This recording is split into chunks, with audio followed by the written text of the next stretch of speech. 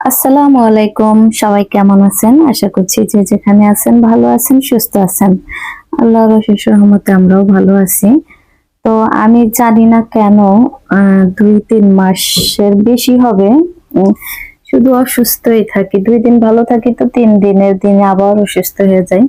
তো সবাই আমার জন্য একটু দোয়া করবেন। আল্লাহ যেন আমাকে একটু তাড়াতাড়ি সুস্থ করে দেয়। এমনিতে সারাদিন ভালোই থাকি। রাত্রেবেলা কেন জানি না এত খারাপ লাগে।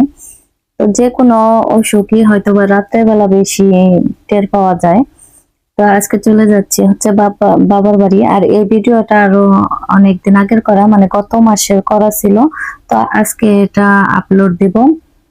আর এই যে কথা বলতে বলতে চলে আসলাম আপনাদের ভাইয়ার দোকানে। তো হুমায়রা রাগ করছে, ও কি যেন চাইছে দিতে, একটু দেরি হয়েছে যার কারণে আর নিতেছে না, স্পিরিটটা ফেলে দিল খুলে। তারপরে রাগারাগি শেষ করে এখন চলে আসলাম, আর আমরা এখন অটো রিকশায় আছি। আর আমাদের বাড়ি থেকে আমার বাবার বাড়ি খুবই কাছে। তো অটো রিকশা করেই আমরা বেশিরভাগ যাওয়া আসা করি। তা যখন আপনাদের ভাইয়ের মোটরসাইকেল ছিল তখন মোটরসাইকেলেও যাইতাম, কিন্তু বেশিরভাগ আমি রিকশা করে যাইতে পছন্দ করি। আমার মোটরসাইকেলে যাওয়া একদমই ভালো লাগে না। তারপরও যাইতাম মাঝে মাঝে যখন আপনাদের ভাইয়ের সাথে যাইতো। তো মোটরসাইকেলটা বিক্রি করে দিছি, আসলে চালানো হয় না, বাসায় পড়ে থাকে। ধুলাবালিতে একদম নষ্ট হয়ে যায়, যার কারণে বিক্রি করে দিছি। আর এই যে কথা বলতে বলতে আবার চলেও আসছি। তো আমরা এখান দিয়ে হাঁটতেছি, আর আমার বোন, আমার মামাতো বোন ছাদের উপরে দাঁড়ায় দেখছে আমরা আসতেছি।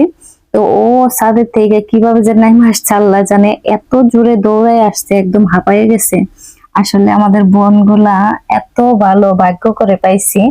আর আমারে আসলে বড় বোন রে ছোট বোনরা ভালোবাসে, এটাই স্বাভাবিক। আবার বড় বোন ও ছোট বোনদের ভালোবাসে, কিন্তু আমার মনে হয় ওরা আমাকে একটু বেশি ভালোবাসে। আর হুমায়রার জন্য এত পাগল। তো হুমায়রা নিয়ে এই হাঁটা শুরু করছে। আর হুমায়রা ওর কোলে ওইটা ঘুমের ভাব ধরতেছিল। তারপরে এই যে দেখেন আমাদের মানে গ্রামের চারপাশে এখন শুধু ধান আর ধান, আর এখন চারপাশেই সবুজ। মানে আমাদের গ্রামে শুধু ধানের ফসলটাই আর কি চাষ করা হয়। তো আর অন্য কোনো ফসল চাষ হয় না। তো এই যে দেখেন সামনে এখানে পানি। আর আমাদের গ্রামের ভাষায় বলে হচ্ছে দল, আর অনেক এলাকায় বলে কচুরি পানা। তো এর ওই পাশে দেখেন এই যে শুধু ধান আর ধান।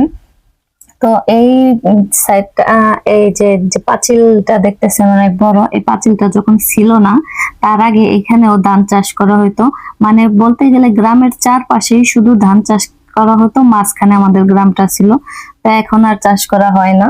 তো ভিডিওটা কেমন লাগলো কমেন্ট করে জানাবেন। সবাই ভালো থাকবেন। আজকের মতো ভিডিওটা এখানে শেষ করলাম। আল্লাহ হাফেজ।